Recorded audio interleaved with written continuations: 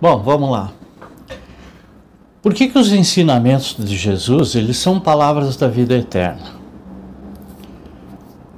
E nós entendemos que porque eles consagram a verdade, eles constituem não só que servem de garantia da vida celeste, mas também a segurança da paz, da tranquilidade e do equilíbrio nas coisas da vida terrestre. Esse é seu canal Espírita. Deixe seu comentário, clica no sininho. Elas atendem às necessidades e aos anseios de todos nós, os felizes e os infelizes que viveram, vivem e viverão ao longo dos tempos. Será eterno o seu código moral porque ele consagra as condições do bem que conduz o homem ao seu destino eterno. E é importante ficarmos atentos às palavras da vida eterna, porque elas são tão úteis quanto necessárias ao nosso aprimoramento moral. E quando Emmanuel nos fala que esquece aqueles que incitam a ser inútil, aproveita quantos te mostram as obrigações justas e fé e te ensinam a agradecer a existência, mas não esqueça as frases que te acordam para a luz e para o bem, porque elas podem penetrar no seu coração através de um amigo, de uma carta, de uma página, ou até próprio de um livro. Mas, no fundo, elas procedem sempre de Jesus, o divino amigo de todos nós. Reserva contigo as palavras da vida eterna, porque elas são santificadoras do Espírito.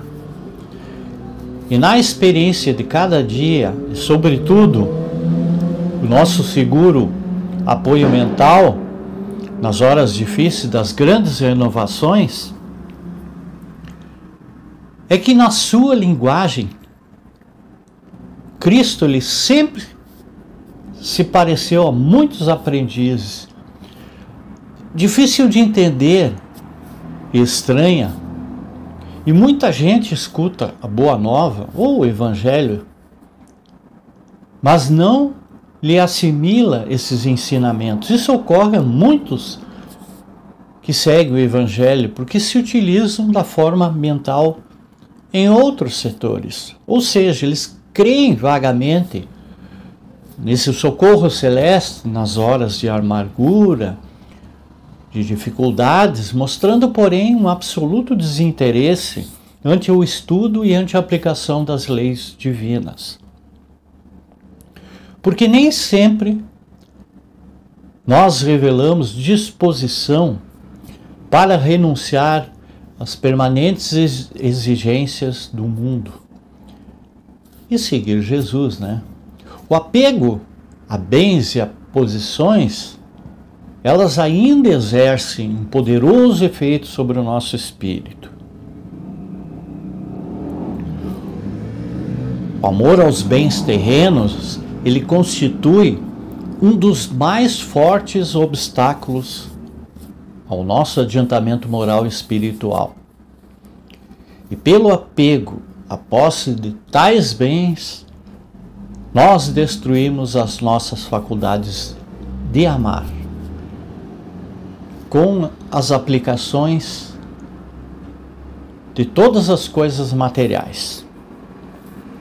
A natureza humana, ela se revela contraditória quando, frente a frente com o conhecimento verdadeiro, ao qual eleva e engrandece o espírito, deixa-se consumir por dúvidas,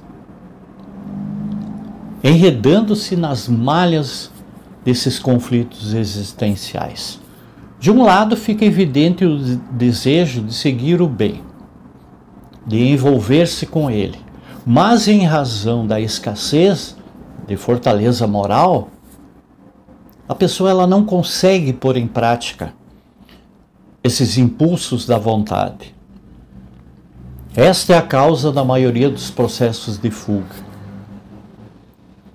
Os que produzem recuos perante os desafios da vida. As pessoas ficam então desorientadas e se deixam levar por temores que não dão nenhum resultado. O apóstolo João vai nos dizer o seguinte: e tornam para trás. Outros indivíduos são até corajosos, mas preferem manter-se no nível do conhecimento teórico, sem maiores implicações ou compromissos com a mudança de comportamento. É necessário perseverar no desenvolvimento do senso moral, a fim de que o desejo de essa melhoria espiritual ela se transforme em ações efetivas. Porque neste contexto é que o conhecimento nem sempre ele é suficiente. Ou seja, não andar com Jesus significa também abandonar esse trabalho digno, alcançado na luta redentora. Nós vemos assim que no cotidiano nós somos sempre defrontados com os desafios que nos apontam para a maneira de aprimorar a capacidade de andar com Cristo. E até para demonstrar a nossa fidelidade ao nosso Pai Celestial. Na causa de Deus, a fidelidade ela deve ser uma das primeiras virtudes. Tudo na vida tem seu preço.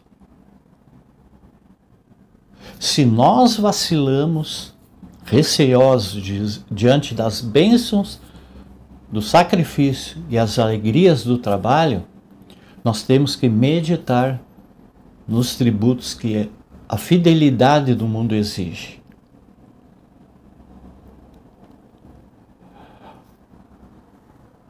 O prazer, ele não costuma cobrar do homem um imposto alto e doloroso.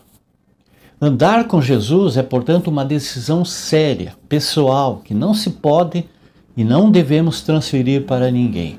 E se erguida sobre esse alicerce do discernimento, nós aprendemos a conciliar as expectativas da vida no plano físico com as necessidades de uma melhoria espiritual.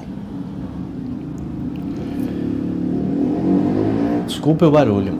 Essas palavras de Jesus, quando ele diz, quereis vós também retirar-vos, ela deve ser meditada com profundidade. Ela nos fazem ver que perante as grandes decisões que repercutem em nossa existência, nós somos convocados a agir como espíritas cristãos, independente dos desafios que iremos nos deparar desses testemunhos ou renúncias que nós exemplificaremos. Não devemos sucumbir ao desespero e fugir dos nossos deveres. Não é por acaso que a doutrina espírita ela está presente em nossa vida.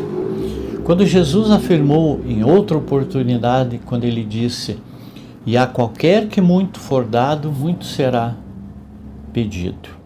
E ao que muito lhe confiou, muito mais se lhe pedirá. Diante do sofrimento, sobretudo, jamais nós devemos nos afastar do Cristo, mas sim estreitar mais laços afetivos com Ele. Realmente quem começa esse serviço de espiritualidade superior com Jesus, jamais ele sentirá emoções idênticas distante dele. E partindo do princípio de que a doutrina espírita é o Consolador prometido, o cristianismo redivivo, que nós tanto falamos, nós não podemos alegar ignorância a respeito dos seus princípios. Quando as dificuldades da nossa caminhada evolutiva, elas se revelam mais ásperas. Pelo contrário, esse que é o exato momento para nós revelarmos a firmeza da nossa fé, sem temer esses obstáculos que atracam lá no porto da nossa existência sob uma forma de provocações. E armados desse escudo da coragem, da perseverança e da confiança ilimitada no Cristo, nós sairemos vitoriosos. É medida de prudência jamais nos descuidarmos da palavra da nossa conduta, mesmo que nós estejamos posicionados como aprendizes do Evangelho do Cristo. E para finalizar, as palavras da vida eterna, elas simbolizam o Evangelho de Jesus, legado abençoado, que lhe aponta diretrizes seguras que devem nortear esse nosso aprendizado, nessa nossa escalada evolutiva. E Jesus indicou essa estrada que devemos seguir. Ele pregou a fé e viveu-a. Ele induziu discípulos e companheiros à coragem e demonstrou em si mesmo. Ele difundiu a lição do amor, entregando-se amorosamente a cada um e expôs a necessidade do nosso sacrifício pessoal. E ele sacrificou-se, exaltou a beleza do verbo dar, e ele deu sem recompensa, engrandeceu a confiança no Pai e foi fiel até o fim. Muita paz, muita luz, gratidão a todos.